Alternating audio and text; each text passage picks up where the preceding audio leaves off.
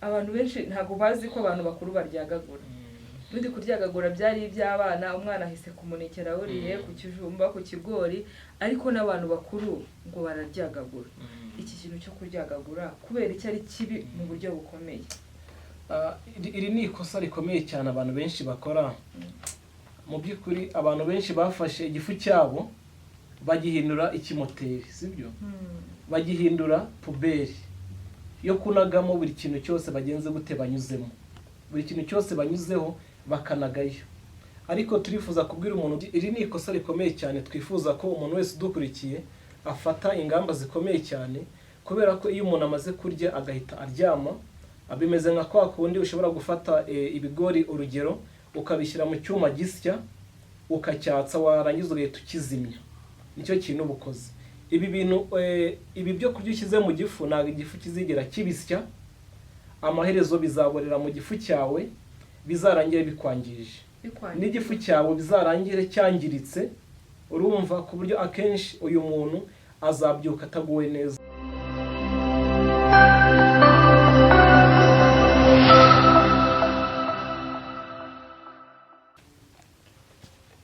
Reka nangire nsuhuza abakunzi bacu. Nk'ibisanzwe iyi ni Salvation Content TV.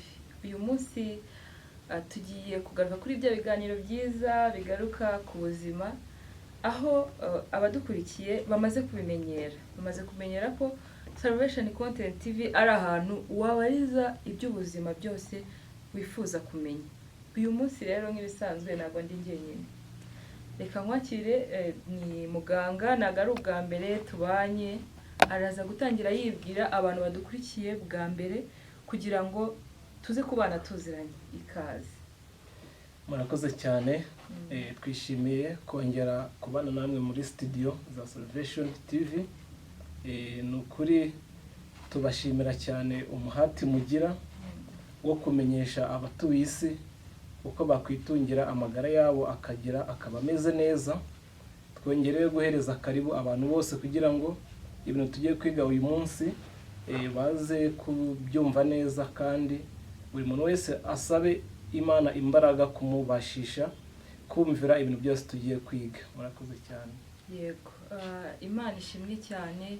Amazina ni kenshi wayatubwiyeho, ariko n'uyu munsi uraza kutwibwira. Ngiye muri kumwe rero ndi Byukusenge Honorine nk'ibisanzwe, nawe mwatubwira. Murakoze cyane. Kuba tubonye bwa mbere, amazina ni Valence Niyitegeka, tukaba dukora umurimo w'ivugabutumwa rishingiye ku by'ubuzima. Murakoze cyane. Imana ishimwe cyane. Usibye kuba wenda dukora ivugabutumwa, no mu mashuri asanzwe twagiye duhabwa ubumenyi muri iyi domaine cyangwa muri iki gice cy'ubuzima no gufasha abarwayi. Niyo mpamvu rero twifuza kubasangiza ibyiza byose bishobora buri muntu wese ashobora kumenya, kuko Imana irarikira buri muntu wese kuba yagira ubumenyi bw'ibanze agira. Mu gitabo cyitwa Rengera ubuzima aho umujakazi Imana yanditse avuga ngo buri wese yagombye byibura kumenya kuvurisha amazi mu buryo bworoheje, kuko burya umubiri wacu nk'uko tubona ko woroheje waremwe mu ibumba, n'ibiwufasha nibyoroheje. Uyu munsi rero komeze kubana natwe, tugiye kuvuga ku kintu cyiza cyane. Uyu munsi tugiye kuvuga ku kintu kijyanye n'ibyo kurya. Ibyo kurya nyuma yo kubirya muzi ko twabivuzeho inzira y'igogorwa, ariko uyu munsi tugiye kugaruka ku makosa umuntu ashobora gukora bigatuma ibyo kurya yariye bimutera indwara. Kuko hari ijambo dusigaye dukunda kumva abantu bavuga ngo kera hashize, mu minsi yashize abantu baterwaga indwara no kubura ibyo kurya, ariko uyu munsi indwara nyinshi zirembeje abantu ndetse zinabica buri munsi zituruka ku byo kurya bariye mu buryo budakwiriye. Uyu munsi rero ubane natwe amakosa abantu bakora agatuma ibyo bariye cyangwa inzira y'igogorwa ryabo ritagenda neza. Uyu munsi niyo tugiye kuganiraho. Uraza kutubwira ayo makosa. Murakoze cyane. Nk'uko tumaze kubibwirwa, ntago bihagije kuba umuntu amaze gushyira ibyo kurya mu kanwa ngo bizamugirire akamaro. Ibyo ntago byonyine bihagije. Buriya ntago bihagije gufata imodoka ngo ujye mu muhanda, oya. Hari ikintu ukwiriye kubanza wamenya, ukwiriye kumenya amategeko y'umuhanda, sibyo? Yego. Kugira ngo nujya mu muhanda uzayubahirize, hanyuma ahantu wifuza kugera uzahagere amahoro. Niko rero bimeze iyo turiye iyi nzira ibyo kurya binyuramo, inzira yitwa inzira y'igogora, iberamo ibintu byinshi cyane. Yego. Kandi ikintu gitangaje cyane, iyo umaze kumira ibyo kurya nta kintu wakora ngo ubashe kubigarura. Niko Imana yabiremye mu buhanga buhambaye cyane. Imana yaturemyemo ibyo kurya, hari imbaraga ibisunika, imyanda ikazajya hanze, intungamubiri zikajya gukora akazi katumye ufata ayo mafunguro. Yego. Muri iyi nzira rero, nk'izindi nzira zose, hari amategeko agenga iyi nzira. Iyo umuntu atasobanukiwe neza iby'ayo mategeko, akora amakosa menshi cyane, bityo ayo makosa akoze akazamuviramo akaga gakomeye cyane, karimo n'urupfu. Muri ayo makosa rero tugiye kureba, abantu benshi batuye iyi si benshi barayakora, amakosa akorerwa iyi nzira y'igogora, bikazarangira ibyo kurya umuntu ariye bimwishe. Iki ni ikintu gikomeye cyane. Tekereza, kugira ngo abantu benshi hari ikintu badafata ngo bagihe uburemere. Nyuma yo gushyira ibyo kurya mu nda, hari imyitwarire myiza umuntu aba yagombye kugira, byanze bikunze.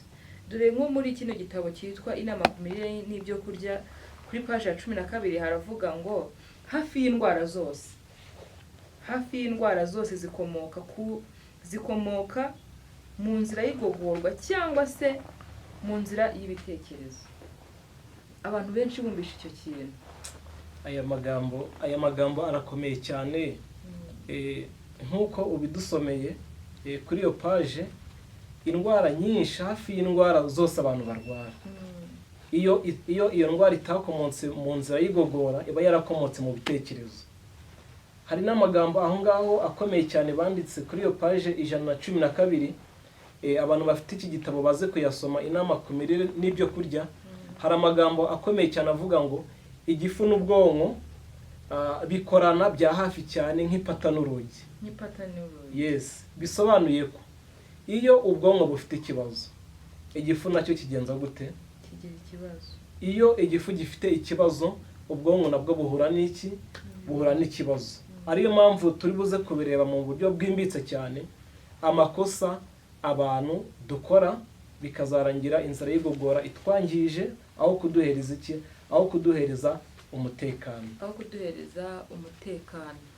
Abantu badukurikiye, hari igihe baba bibajije ati se igifu n'ubwonko bihuriye? Mu by'ukuri udusobanuriye neza kubera iki ikintu gikoze ku nzira y'igogorwa n'ibyo kurya wariye bitagenze neza, kuki bigira ingaruka ku bwonko? Murakoze cyane. Nibyo koko igifu n'ubwonko birafatanye cyane.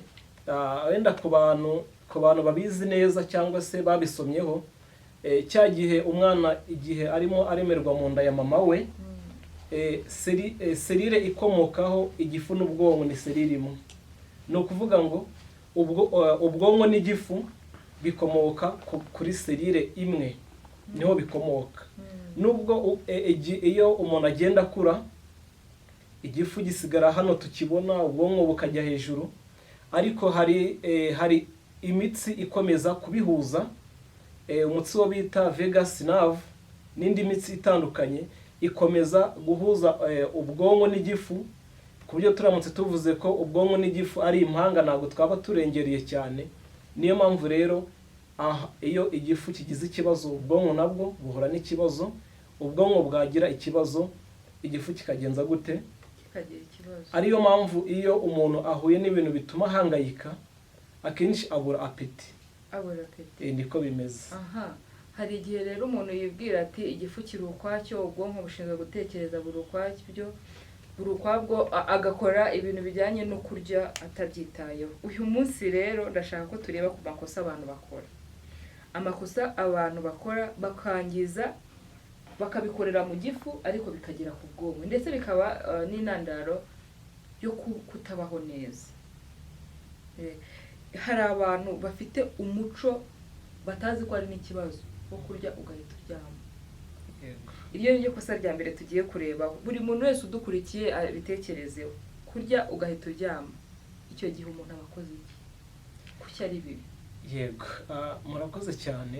Iri ni ikosa abantu benshi bakora, ku buryo iyo ufashe nk'abantu 10 ukababaza, mu bantu 10 8 bazakubwira ko iyo bamaze kurya bahita baryama. Niko ibintu bimeze. Ariko mu by'ukuri nk'uko tubisanga mu gitabo Inama ku mirire n'ibyo kurya, paje y'179, paje y'180, uzasanga ko abantu benshi bafite umuco wo kumara kurya bakagenza gute, bagahita baryama. Ariko iyo umuntu akoze iryo kosa, ikintu cyonyine aba akoze nta kindi uretse kuba twavuga ko agiye kwiyahura. Nta hantu aba atandukaniye n'umuntu wifata agahita yambuka umuhanda atabanje kureba iburyo n'ibumoso. Niko bimeze. Ni akamenyero k'abantu benshi, ariko nanjye wa mugani njya mbitekerezaho. Ntekereza kurya ugahita uryama. Igifu kigiye gukora akazi ko kwita kuri bya bindi uriye, ubwonko burasinziye, kandi twabaje kubona ko ubwonko n'igifu ari ibintu byomatanye cyane. Ikintu umuntu aba akoze kirakomeye cyane. Yego, iri ni ikosa rikomeye cyane. Twifuza ko umuntu wese udukurikiye afata ingamba zikomeye cyane, kubera ko iyo umuntu amaze kurya agahita aryama, abimeze nka kwa kundi ushobora gufata ibigori urugero ukabishyira mu cyuma gisya ukacyatsa, warangiza ugahita ukizimya. Nicyo kintu ubukoze. Ibi byo kurya ushyize mu gifu ntabwo igifu kizigera kibisya, amaherezo bizaborera mu gifu cyawe, bizarangire bikwangije. N'igifu cyawe bizarangire cyangiritse. Urumva ku buryo akenshi uyu muntu azabyuka ataguwe neza, abyuke mu nda ye huzuyemo intambara nyinshi zitandukanye, kandi ubwonko bwe azabyuka ataguwe neza, yumva afite igihu ku bwonko bwe, ameze nabi cyane. Iri ni ikosa rero twifuza ko umuntu wese udukurikiye, ubushakashatsi n'inyandiko zitwereka ko mu gihe umuntu amaze kurya byibuze yakamaze amasaha atari munsi ya3 mbere yuko ajya kugenza gute, mbere yuko ajya kuryama. Yego, ariko wa mugani nuko yenda ijambo ry'Imana rivuga ku bintu cyangwa yenda ubushakashatsi, ariko twebwe abantu tukabyumva ku rugero ruri hasi, tukabyumvira mu rugero ku rugero ruri hasi, nyine ntidushyiremo ubwenge bw'Imana dukomora ku Mana. Ntabwo ntekereza ko kurya ugahita uryama n'ubundi ntabwo bisirimutse. Tekereza kuba ufashe icyuma ukacyatsa ugahita ukizima. Cyari gitangiye gukacanga bya bindi no kubivangavanga, ariko mu by'ukuri ibyo bintu nta kintu wabikoze. Nta kintu biba bigiye kumarira umubiri. Kandi ikindi ni kimwe mu bintu bituma abantu benshi bafite umubyibuho ukabije wiyongera ku isi, biyongera. Kuko ibyo niyo havamo ibitunga umubiri, nta kintu ugiye nta muvumo ukiri gukora ngo umubiri ubikoreshe nk'imbaraga. Buri muntu wese udukurikiye rero, iki ni ikintu yagombye kwitaho, kuko niba ari ikintu nabonye gituma umuntu yumva aguwe neza, ni ukuryama adafite ibyo kurya. Inzozi zidahwitse, zidafite aho ziva n'aho zijya, ntabwo uhura nazo. Yani cya gihe umuntu azamara kurya yajya kuryama nijoro akarota ari gusimbuka imikoki, akarota ari kugwa mu kiyaga, akarota bari kumwirukankaho, sibyo? Kubera iki? Waryamye igifu kigifite akazi ko gukora. Rero iyo igifu ugihaye akazi kandi waryamye, mu by'ukuri ubwonko n'igifu birangirika cyane. Noneho iyo ari akamenyero kawe, hari abantu benshi banadukurikiye usanga bakunda kurya, wenda turi buze kubivugaho mu buryo bw'umwihariko, ugasanga umuntu afite akamenyero ko kurya saa 4 z'ijoro. Ugasanga umuntu muri famiye ye yabamenyereje kurya saa 4 z'ijoro, saa 6 z'ijoro.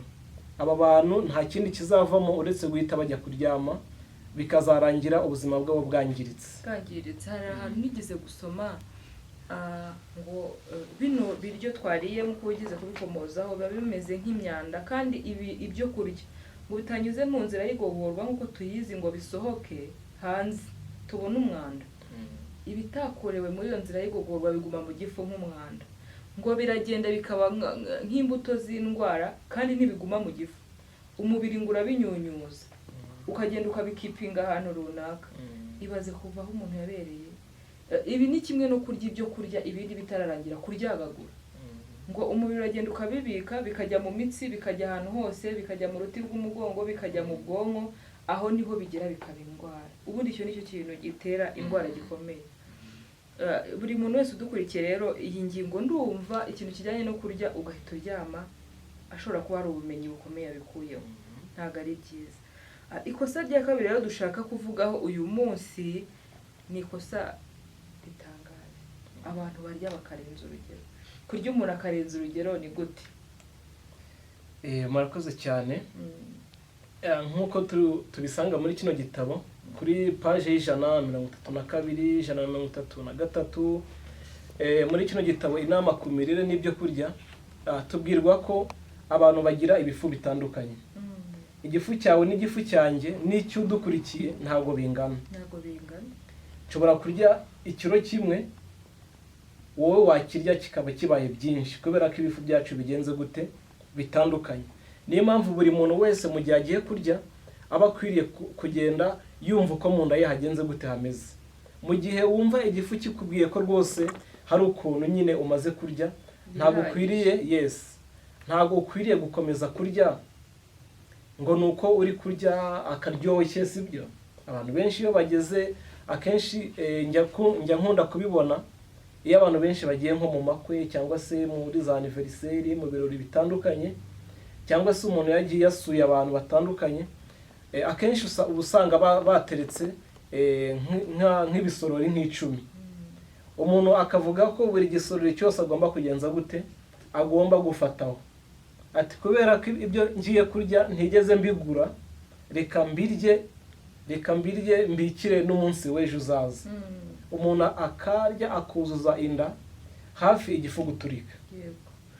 Hano muri iki gitabo ndi kubona hari amagambo akomeye ngo ikintu buri gukora buri kuremerera umubiri. Nkahita mbihuza noneho iki kintu cyo kurya ibyo kurya birengeje urugero. Njyewe hari ikintu mbihuza nabyo.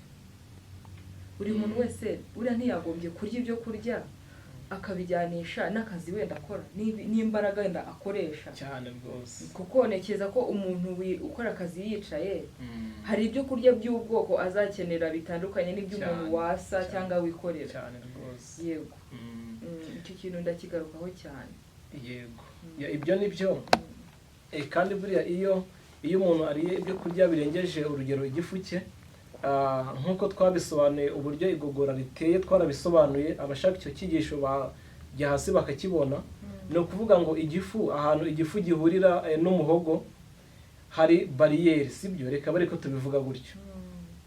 Ni ukuvuga ngo iyo bariyeri ibishinzwe gukumira ibintu byageze mu gifu ko bisubira hehe, ko bisubira hejuru. Iyo umuntu rero ariye akarenza urugero, ni kimwe mu bintu bituma iyi bariyeri ifunguka, bya byo kurya bikaba byasubira hehe, byasubira aho byaturutse. Kandi twabonye ko ibyo kurya ntabwo byemerewe gukora urugendo rusubira inyuma, iyo bisubiye inyuma birangiza. Yego. Ubwo rero ni iki gikurikiraho. Turifuza kubwira abadukurikiye, mu bantu badukurikiye birashoboka ko wigeze ujya kugura amazi yo kunywa cyangwa se amavuta batekesha n'ibindi bitandukanye, cyangwa se wigeze ujya kugura irangi, ntabwo uzigera usanga ijerekani iba yujuje no hejuru, cyangwa se ngo usange icupa ry'amazi baryujuje no hejuru. Ntabwo bikunda. Bashyiramo amazi cyangwa se amavuta cyangwa irangi ku buryo batazuzuza no hejuru, bagasiga umwanya wo guhumeka. Niko natwe rero bikwiriye kugenda.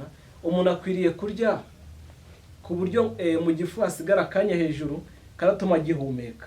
Benshi rero bajya bisanga bakoze amakosa akomeye cyane yo kwisanga igifu cyabo bacyujuje no hejuru, bikabateza ibyago byinshi bikomeye cyane, harimo gutura ubwangati, harimo kuremereza ingingo zigogora, n'umubiri muri rusange uraremererwa cyane, n'ubwonko bukaremererwa cyane. Ibyo ngibyo bikazatuma umuntu ahura n'ibibazo byinshi cyane bizamugeza no ku rupfu. Ariko Imana itugire neza, iduhe kumva kumva no gusobanukirwa ibi bintu. Niba udukurikiye ukaba ari ubwa mbere ukurikiye Salvation Content TV, wibuke gukora subscribe. Kandi niba hari ikiganiro twakoze ari mu byabanje cyangwa uyu munsi ubonye ukabona hari inshuti yawe ukwiriye kukimenya, ukimusharinge, ukimusangize kugira ngo nawe aya makuru amugereho. Rero kurya umuntu akarenza urugero, hari abantu bagera ku rugero rwo kugira umubyibuho ukabije muri ibi bihe kugeza ubwo bamusaba kuba yabagwa ngo bakamugabanyiriza, bakamubaga pe. Ibi bintu biteye ubwoba cyane, biteye ubwoba kuko nzi ko niba hari n'urugero rw'ibyo kurya umuntu arya akabona ukuriye byinshi niho ko havamo bitunga umubiri byinshi bikagutera umubyibuho ukabije. Inama ngiye numva natanga ku muntu wumva arya ibyo kurya bitajyanye n'uko angana, akumva arya byinshi bikamutera kongera ibiro, namusaba kwibanda ku byo kurya bike. Uko umenyereza igifu cyawe gushyiramo bike kigenda cyegerana kugeza ubwo uzagera aho urya ibyo kurya ushaka. Gusa nakurarikira kujya wibanda ku mboga mu byo urya umubiri wacu uteye, ukunda ibyo kurya by'imboga n'ibibisi. Reka tujye ku ngingo rero yindi, ingingo ya gatatu ituma ibyo kurya twariye bitatugwa neza, bishobora kutuberamo imbuto z'indwara. Ikintu cya gatatu ni ukuryagagura. Abantu benshi ntabwo bazi ko abantu bakuru baryagagura. N'undi kuryagagura byari iby'abana, umwana ahise kumunekera awuriye ku kijumba, ku kigori, ariko n'abantu bakuru ngo bararyagagura. Iki kintu cyo kuryagagura kubera icyo ari kibi mu buryo bukomeye. Iri ni ikosa rikomeye cyane abantu benshi bakora. Mu by'ukuri abantu benshi bafashe igifu cyabo bagihindura ikimoteri, sibyo? Bagihindura puberi yo kunagamo buri kintu cyose bagenze gute banyuzemo, buri kintu cyose banyuzeho bakanagayo. Ariko turifuza kubwira umuntu udukurikiye ko mu gihe umuntu avuye ku meza, ikintu cyose wifuza kurya nk'uko tubisanga mu gitabo Inama ku mirire n'ibyo kurya, paje y'185, paje 186 na 187, ikintu cyose wifuza kurya ukwiriye kukizana ku meza, ukava ku meza ugenze gute ukiriye, sibyo? Ukava ku meza ukiriye. Muri icyo gitabo twarimo tubwirwa ko mu gihe umuntu avuye ku meza nta kintu yemerewe gushyira mu kanwa ke hatarashira byibuze amasaha 5 amaze kuva ku meza. Byibura amasaha 5 niho igogorwa ry'ibyo wariye riba rirangiye cyane, sibyo? Ni ukuvuga ngo muri ayo masaha 5 igifu kiba cyamaze kugogora ibintu gishyizemo cyangwa se kubisya, kandi kikaba cyamaze no kuruhuka, sibyo? Hari gusya ibintu ushyizemo ariko kikabona n'iki n'akaruhuko. Muri ayo masaha 5 tuba twizeye ko cyamaze gusya kandi cyamaze no kuruhuka, cyitegura kwakira ibindi byo kurya uri bugihereza, kubera ko mu gifu ibi byo kurya turya bikeneye ibintu byo bita ama enzymes, bigakenera byo bita ama hormones n'ibindi bitandukanye bizifashishwa kugenza gute mu kuza gucagagura ibintu dushyize mu gifu cyacu. Ubwo rero iyo umuntu amaze kurya igifu kirasya, ariko kigakenera n'ikiruhuko kugira ngo cyongere cyitegure, sibyo? Cyitegure kuzohereza za enzymes, sibyo? Kinashaka izindi mbaraga, sibyo? Imbaraga zo kuzasya ibindi byo kurya uzazanamo nyuma. Niyo mpamvu rero mu gihe umuntu amaze kuva ku meza hatarashira amasaha 5, nta rubuto wemerewe gushyira mu nda yawe,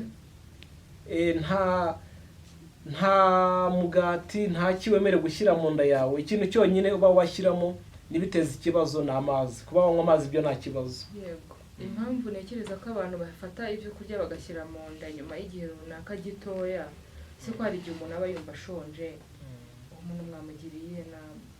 Biterwa n'iki kumva umuntu ashonje nyuma hagati y'ayo masaha 5? Yego, murakoze cyane. Muri cya gitabo twabarangiye, iyo umuntu amaze kurya igifu gikora umurimo ukomeye cyane wo gusya ibintu ugenze gute, ibintu ushyizemo. Ubwonko nabwo kubera ko bufasha igifu, nabwo buraza imbaraga z'ubwonko zikaza ku gifu gusya ibyo kurya bigenze gute byajemo. Abantu benshi rero kubera ako kazi ko gusya, umubiri nyine urananirwa, birumvikana kuko uri gukoresha iki imbaraga usya. abantu benshi rero uwo munaniro w'uko igifu kiri gusya bajya bawitiranya n'inzara, akaba yakeka ko ari inzara agize. Abenshi rero agahita avuga ati reka mfate akaji, reka nshyiremo umuneke kugira ngo yumve ko yakwirukana inzara.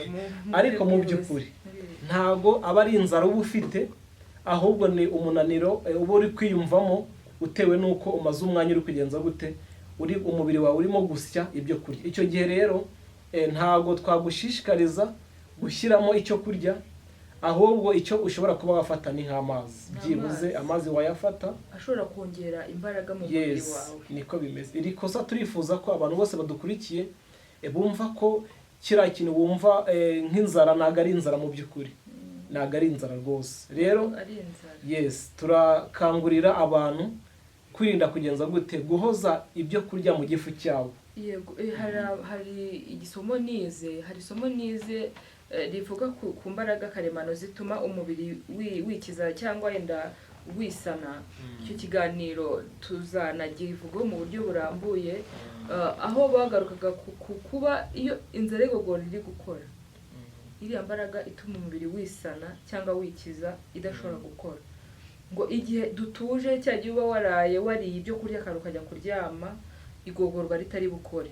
Iyo mbaraga ngo irakora cyane ku buryo usanga ufite ubudahangarwa buri hejuru cyane. Niyo mpamvu rero n'inginga buri muntu wese buriya iyo unatuje nta bintu byo kurya biri mu gifu uba uguwe neza cyane. Nuko abantu benshi batabizi. Twihuse rero reka turebe ku rindi kosa.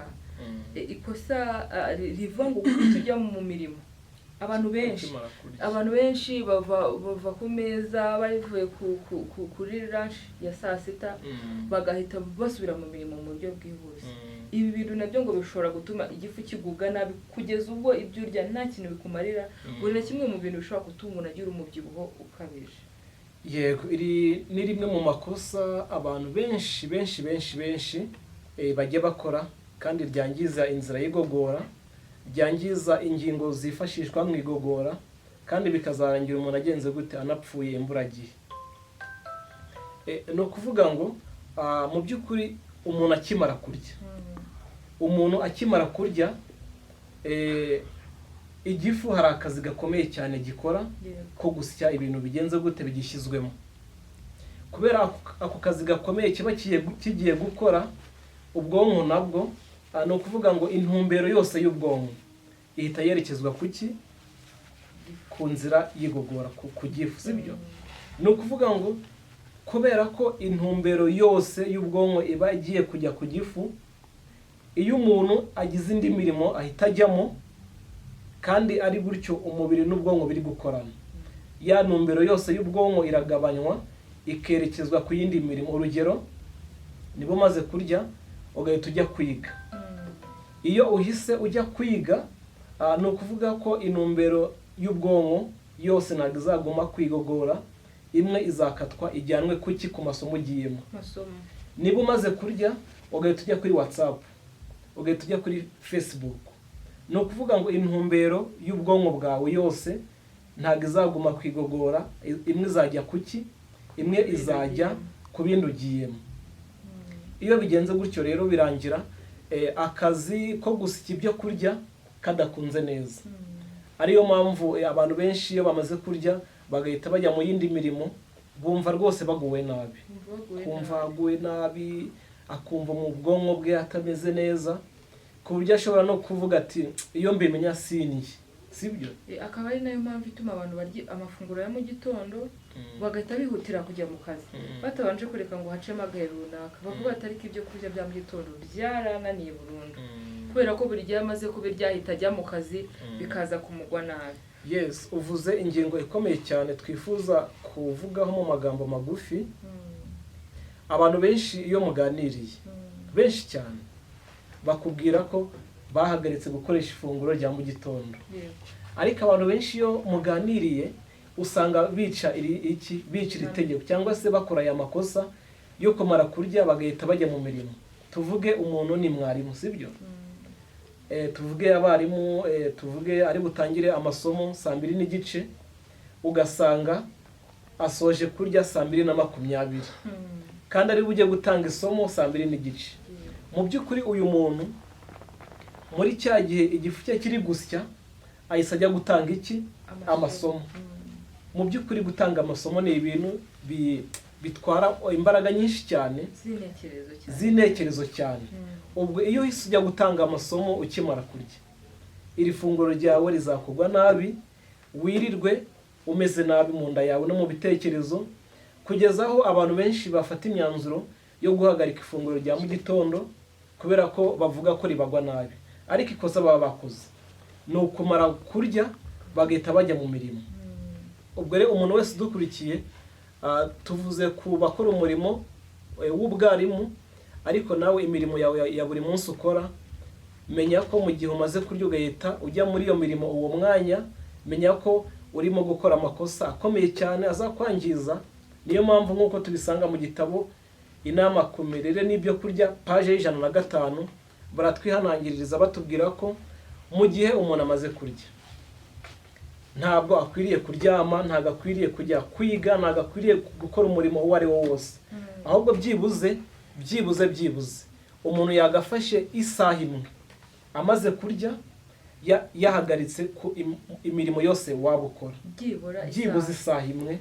Umaze umuntu udukurikiye, niba waragerageje amafunguro ya mu gitondo akakunanira, ikibazo ntabwo ari amafunguro ya mu gitondo, ahubwo ikibazo ni uko umara kurya ugahita ujya mu ki? Ugahita ujya mu mirimo uwo mwanya ukimara kurya. Bihindure, sibyo? Reka tuguhereze umukoro, sibyo? Kuva uyu munsi bihindure. Niba utangira akazi 2:00, ujye ukora ibishoboka byose byibuze 9:00 ujye wamaze kugenza gute? Gufata amafunguro yawe. Yes. Yego, hari igihe tuvuga ku ngingo zimwe na zimwe z'ubuzima, abantu badukurikiye bagatekereza ko ari ibintu byoroheje. Ni ukuri mu bitabo byinshi Imana itubwira yuko tugomba kumenya imibiri yacu, tukimenya, ariko ni nacyo kintu cy'ubwenge cyaba kirimo. Kuba waba uwarize amashuri arenze menshi cyane, doctor uyifite, ariko ukaba utazi ko aka kantu ko kurya ugahita ujya mu kazi ari bibi, ni ukuri byaba biteje nyine biragayitse cyane. Ko umuntu yarize primaire, akaba yarize secondary, akaba yarize university, akaba afite masters, akaba afite PhD, ariko akaba atarigeze asobanukirwa ko kumara kurya ugahita ujya mu mirimo uwo mwanya ko byangiza iki? Byangiza ubuzima bwawe muri rusange. Ni ibintu bigayitse, binakojeje isoni. Kuko urumva, tekereza kuba warize ibyo byose, ayo mashuri yose, ariko ukaba utazi ko kurya ukarenza urugero, cyangwa ukaba udashobora kubiha agaciro kabikwiriye, ni ikibazo gikomeye. cyangwa ukaba udashobora kwitegeka, ni ikibazo gikomeye. Niyo mpamvu nyine umuntu wese waba ari ubwa mbere abyumvise, tutitaye ku mashuri yawe ahambaye cyane ufite, mu ruhande rumwe ntabwo tukubreminga, ntabwo tukurenganya, kubera ko ntabwo ibi mu mashuri byigwa, sibyo? Ibi ntabwo byigwa mu mashuri mu by'ukuri ngo bitsindagirwe. Umuntu mu bitekerezo bye yumve ko ibi bintu ari ibintu bikwiriye kubahirizwa cyane. Niyo mpamvu Imana yashimye ko ibiduhereza, sibyo? Ibi bintu byose turi kuvuga ntabwo ari ubwenge bwacu bwabivumbuye, oya, ahubwo ni ubwenge bw'Imana. Ubundi ibi nibyo twakabaye dutaho igihe kinini twiga, kuko aho kugira ngo ufate ibyo twiga mu mashuri byo gutanga ibinini, doze zinizi, ibi ubizi abaye ari byo twigisha abatugana, ntabwo twazarinda kwiga ibijyanye no kubaga no gutanga ibinini. Icyo kintu uvuze kirakomeye, kubera ko nk'iyo usuye urubuga rw'umuryango ushinzwe ubuzima ku isi, WHO, bazakubwira ko urugero nka diabete, bazakubwira ko mu bantu 100 barwaye diabete 90 babiterwa nuko bishe aya mategeko y'ubuzima.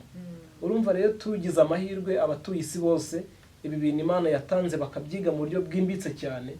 Urumva ko mu bantu 100 barwaye diabete uyu munsi twarokoramo abantu 90. Si abantu benshi cyane se? Ni abantu benshi cyane. Ni abantu benshi cyane. Abantu ubundi diabete ntabwo yaba. Abarwaye 90 bakira, n'abenda kuzayirwara 90 niba bakiyirwara. Niko bimeze.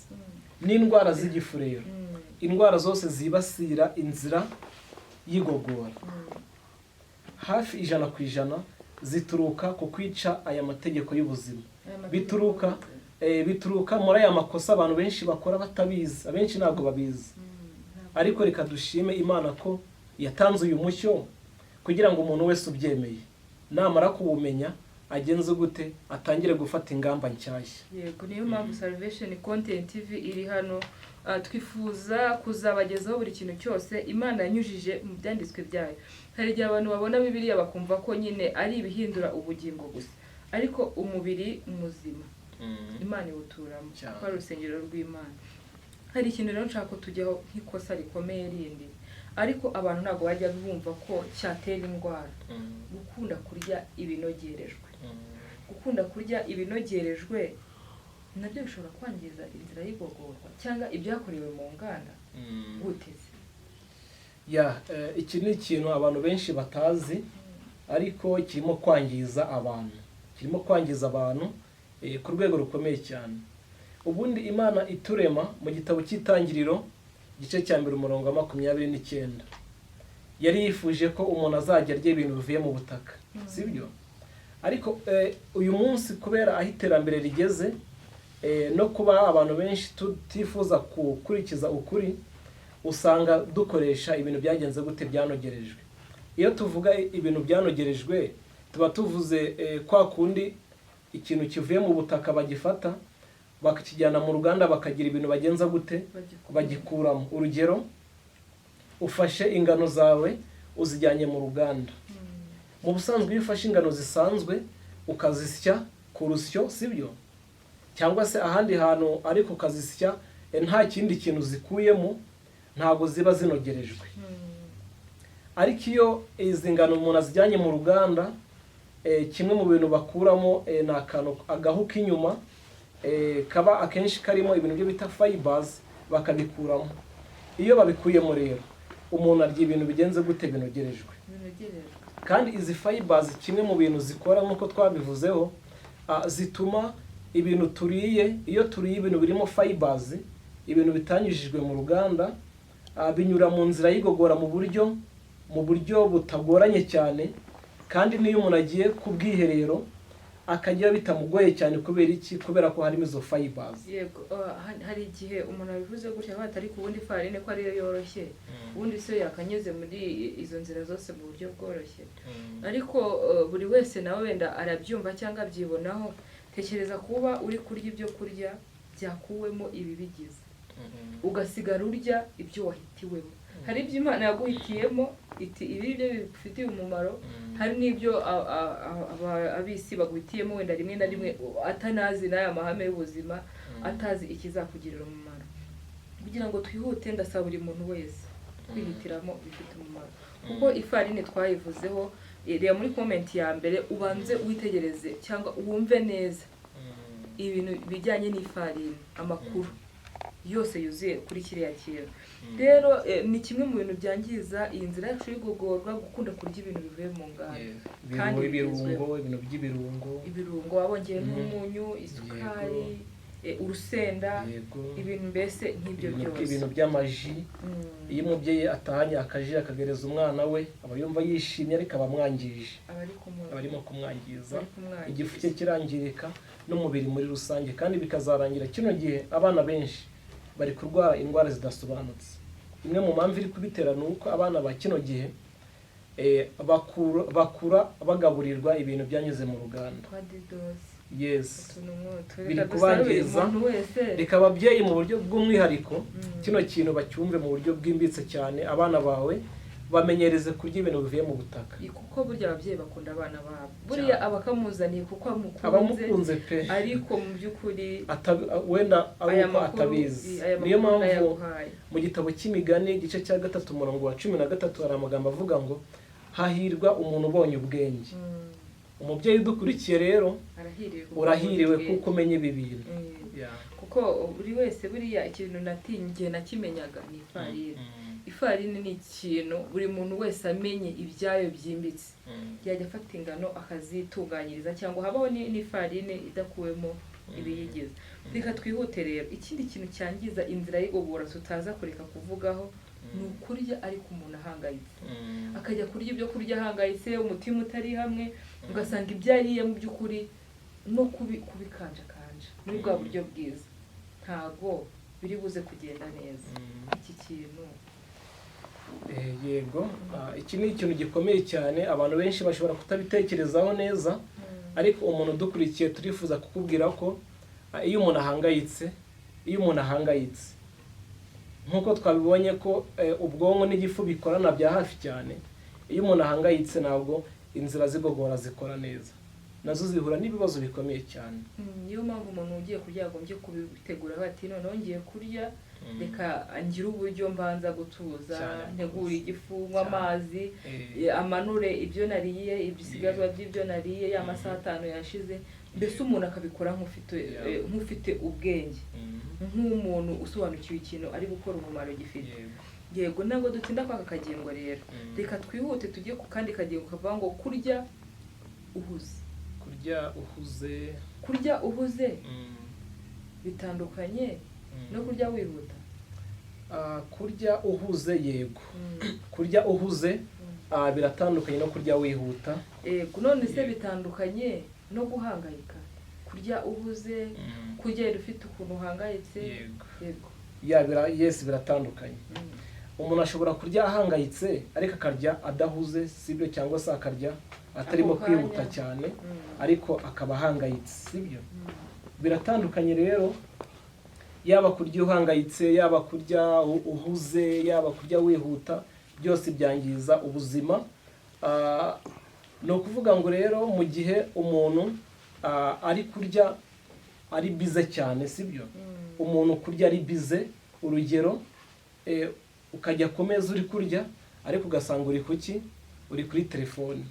Mu by'ukuri icyo gihe uba uhugiye mu bindi bintu, n'ibindi bintu byose byatuma uhuga ntushyire umutima ku byo kurya, byose birakwangiza kubera ko bituma ubwonko n'igifu bidakorana neza kugira ngo akazi k'igifu kazagende neza cyane. Niyo mpamvu umuntu udukurikiye turagushishikariza ko ukwiriye niba ugiye kujya ku meza, ibintu byose wagombaga gukora bishyire ku ruhande, sibyo, ujye ku gikorwa cyo kugenza gute, cyo kurya cyonyine, kuko ni igikorwa gikomeye. Hari igihe umuntu aba yabikoraga kubera kutamenya, ariko iki gikorwa iyo tugeranyije akamaro gukuramo ibigutunga, ibikugirira umumaro, ni ibintu bikwiriye kwitonderwa. Kurya umuntu ari kuri telefone, kurya ahangayitse, ari gutekereza ku bibazo. Hari muri kiriya gitabo inama ku biryo n'ibyo kuryaho baravuga ngo ikiza waba ubiretseho gato, ukabanza nyine ugakemura ibyo bibazo uba ufite mu mutwe wawe.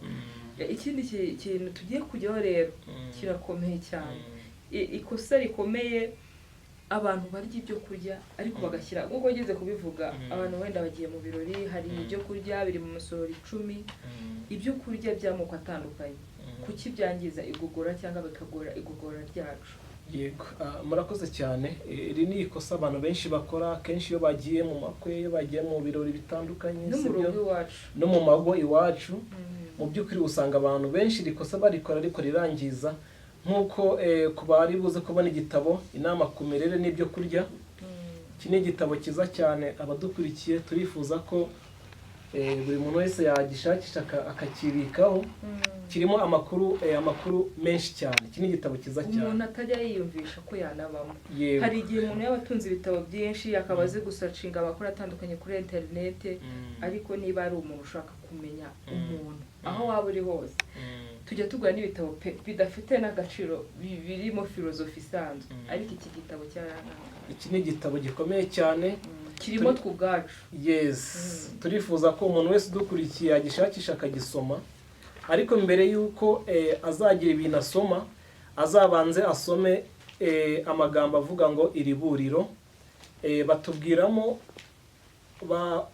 babwira umuntu wese wifuza gusoma kino gitabo ukuntu akwiriye kugenza gute kugikoresha agisoma kugira ngo bizagende neza cyane. Rero iyo umuntu ariye ibyo kurya by'amoko menshi ku igaburo rimwe, kuri paji 112 n'113, ubwonko buracanganyikirwa, sibyo, bukabura icyo ubwonko n'igifu bikabura icyo biri busye n'icyo biri bureke. icyo biri buze gukora kumandinga ngo wowe urakoreshwe hano mu mubiri, wowe hano mu mubiri, hano mu mubiri. Ni ukuvuga rero igifu gihura nyine kiracanganyikirwa, urumva, bikaba byanarangira kitanagize na kimwe gisya mu bintu wagishyizemo. Niba ushyizemo urugero amoko 7 y'ibyo kurya, bizarangira nta na kimwe giseye. Kubera iki? Cyagize urujijo, kubera ibintu byinshi wagenze gute wagishyizemo. Kandi nyine iyo igifu kidaseye ibintu gishyizemo, twabonye ko bihinduka iki? Bihinduka umwanda, bikaba imbuto z'indwara. Hari igihe abantu batekereza ngo birasohoka, ibintu bisohoka ni ibyanyuze muri iriya nzira y'igogorwa mu by'ukuri, ariko ibyagumye mu gifu, ibyo twaryagaguriyeho, ibyo byose bihinduka imbuto z'indwara, birabora. Hano umushakazi w'Imana yanditse muri kiriya gitabo ngo byibura amoko 3 cyangwa 4. Ubwo niba imboga zirimo ibishyimbo, ku ruhande hakaba hari ibindi bintu bibiri nawe wahuje ukagiranisha nawe bijyanye. Byibuze ibintu 4 birahagije ku ifunguro rimwe, ntago umuntu akwiriye kubirenza. Ni ukuri abantu badukurikiye bajya bihangana, bashyire mu gaciro nabo. Bumve niba uri ibyo kurya byinshi birimo ibirungo bitandukanye, ushyizemo n'amata, harimo n'amagi, ibyo bintu byose biracanganyura umubiri ku buryo uzasanga ari umubyibuho wawe nyine ntabwo ibintu biri ku murongo kuri wowe. Yego, Imana igitugirira neza, iduhe ubwenge no kububyaza umusaruro. Ikosa tugiyeho rindi rero turi no kugana ku musozo, ni ikosa ryitwa kuvanga imbuto n'imboga. Iki kiganiro twagikozeho, ariko na n'uyu munsi abantu baracyafite amatsiko pe, baracyanabaza ibibazo byinshi. Bitubwireho mu buryo bwimbitse ukuntu turashaka kubishimangira cyane. Iki kiganiro twagikozeho, ariko abantu benshi baribaza bati mbese imbere na mbere kuvanga imbuto n'imboga byo nisakirirego. Ntabwo byemewe kuba wafata imbuto nk'uko tuzizi ngo uzirire mu gihe kimwe n'imboga. Noneho icyiza ni ukurya imbuto mbere, ariko atari kuvuga ngo ndiye imbuto nonaha nisendya byose biri ku meza. Oya, mbere y'igihe runaka. Gusa hari ikintu kimwe nshaka gushimangira abantu benshi bibaza. Nk'uko mu bitabo tubisoma, ntabwo twemererwa gufata ikintu runaka ngo hashira isaha duhite dufata ikindi. Inama nziza rero kurusha izindi nuko niba ushaka kurya imbuto, zifate uzirya ku ifunguro, cyangwa nk'uko turi buze kubibona ugire igihe runaka cyo kurya imbuto.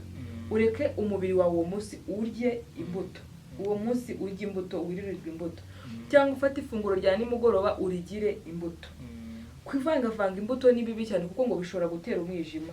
Ubwo twavuze muri cya kiganiro, kuvangavanga imbuto n'ibyo kurya ntabwo mwiguvugogorwa byivanga, biguma mu gihe imbuto zireka ibyo kurya bikabanza bikagogoreka, uba ushobora kurwara umwijima. Niyo mpamvu rero umuntu aba akwiriye gufata igihe byibura akaba yarya imbuto ku ifunguro rya mu gitondo, cyangwa akaba yafata imbuto ku ifunguro rya nimugoroba, ariko adafata imbuto ngo azivangavange n'ibyo kurya, kuko ibyo byangiza inzira y'igogorwa nk'umwijima. Tekereza kuba imbuto zagumye mu gifu zigahiramo, zigategereza amasaha 4 cyangwa 5 y'ibyo byo kurya kugira ngo bivemo, ni ikibazo gikomeye. Yego, ubwo rero umuntu udukurikiye turabashishikariza iri kosa kurireka. Abantu benshi bavanga imbuto n'imboga. Iri ni ikosa rikomeye cyane. Umuntu wese akwiriye kugenza gute? Umuntu akwiriye guhagarika. Ego, ikindi kintu rero nyuma y'uko umaze kumenya ko kurya imbuto zivanga n'imboga atari byiza, ikintu cyitwa kurya gusomeza. Hari igihe umuntu aba ari kurya, hari umushuti wanjye wabimbwiye ati iyo ngeze hagati ndi kurya numva ngize inyota. Ariko iki ni ikintu kibi. Ni kibi gute? Ni byangiza iki mu by'ukuri? Murakoze cyane. Ubundi mu busanzwe uburyo butangaje Imana yaturemyemo, Imana yamenye kare yuko mu gihe turiye ibyo kurya bizakenera ikintu cyo kubifungura, sibyo, cyo kubyoroshya. Niyo mpamvu muri kino gice cyo mu mutwe no mu nzira zigogora, Imana yashyizemo imvubura zishinzwe kohereza ibyo koroshya ibyo kurya twagenze gute twariye. Iyo rero umuntu ariye ari no kunywa ibisukika cyangwa se ari kunywa amazi, cya mbere cyo biragenda bikabangamira bikabangamira amatembabuzi igifu cyohereza yo kuza kwifashishwa mu igogora, kirabibangamira cyane, kikabifungura, kigafungura ibyo kurya, kigafungura ayo matembabuzi igifu iyi nzira y'igogora yohereza. Ibyo ngibyo bikazarangira umuntu agize ikibazo cyo kugugarirwa, urumva. Niyo mpamvu rero umuntu udukurikiye, turagushishikariza ko mu gihe urimo kurya ntago ari byiza kurya usomeza, kubera ko mu nzira yawe y'igogora Imana yashyizemo ibikoresho bishinzwe kohereza amatembabuzi yo kugira ibyo kurya byorohe. Niyo mpamvu tukugira inama, aho kurya usomeza washakisha uko wamenya gahunda ngenderwaho zo kunywa amazi, sibyo? Ntabwo ukwiriye kugira akamenyero ko kurya usomeza, keretse iyo ugiye kubikora mu buryo bw'ubuvuzi, hari nk'ikibazo uhuye nacyo, sibyo? Ariko mu buzima busanzwe bwa buri munsi abantu benshi barabikora, ugasanga umuntu buri gihe iyo agiye kurya azana igikombe cy'amazi hafi ye cyangwa se n'ikindi gisukika. Ntabwo ari ikintu cyiza, ni ikintu ukwiriye guhagarika, kuko mu gihe cyo kurya ntabwo umuntu yemerewe kugenza gute, gusomeza amazi. Yego. Reka iki kiganiro rero duse n'abagihinira ahangaha, kuko tugomba gukora n'igice cya kabiri, kuko aya makosa ni menshi, agera mu makosa 17 mu by'ukuri, kandi tugeze ku ikosa rya 11. Muzakurikirane ikindi kiganiro kugira ngo muzabashe kuyasobanukirwa mwe yose. Reka nsubiremo rero nihuta aya masomo uko twayavuze, kugira ngo buri muntu wese ayazirike ku mutima we, ajye areba niba atariyo amutera indwara, kuko ibi bitera indwara mu by'ukuri. Ikosa rya mbere twavuze ni ukurya ugahita ujya kuryama. Ikosa rya kabiri ni ukurya ukarenza urugero, twabisobanuye mu buryo burambuye. Ikosa rya gatatu ni kuryagagura bya hato na hato hadaciyemo amasaha 4 cyangwa 5. Ikosa rya kane ni uguhita ujya mu mirimo ukimara kurya. Ikosa rya gatanu ni ukurya ibinogerejwe byanyujijwe mu nganda, byakuwemo ibyo Imana yifuzaga ko bitugirira umumaro. Ikosa rya gatandatu ni ukutamenya Imana. Kutamenya Imana nabyo bishobora gutuma inzira yacu y'igogorwa igenda neza, kuko habamo kutamenya kwitegeka. Ikosa rya karindwi ni uguhangayika, kurya uhangayitse, kurya intekerezo zawe zitari hamwe. Ikosa rya 8 ni ukurya wihuta cyangwa uhugiranye. Ikosa rya 9 ni ugushyira amoko menshi y'ibyo kurya ku ifunguro rimwe. Ikosa rya 10 ni ukuvanga imbuto n'imboga nk'uko twari tumaze kubivuga. Ikosa rya 11 ari naryo dusorejeho, ni ukurya urimo gusomeza. Rero ndakwinginze kugira ngo niba wabanye natwe ukaba wakoraga ibingibi nk'amakosa, utekereze niba atariyo mpamvu yo kumva umutwe wawe utameze neza, kumva mbese muri wowe utameze neza, umubyibuho ukabije, ibi byose ubigarukeho. Wakoze kubana natwe rero. Reka nshimire muganga twabanye umunsi muri iki kiganiro, kugira ngo mbararikire no kuzakurikira iki kiganiro cy'igice cya kabiri, kuko hari andi makosa atuma inzira yacu igogorwa itamera neza. Imana iguhe umugisha kandi gushoboze gutangira gushyira mu bikorwa ibingibi, utangire guhindura bimwe mu byo wangizaga utabizi. Imana iguhe umugisha.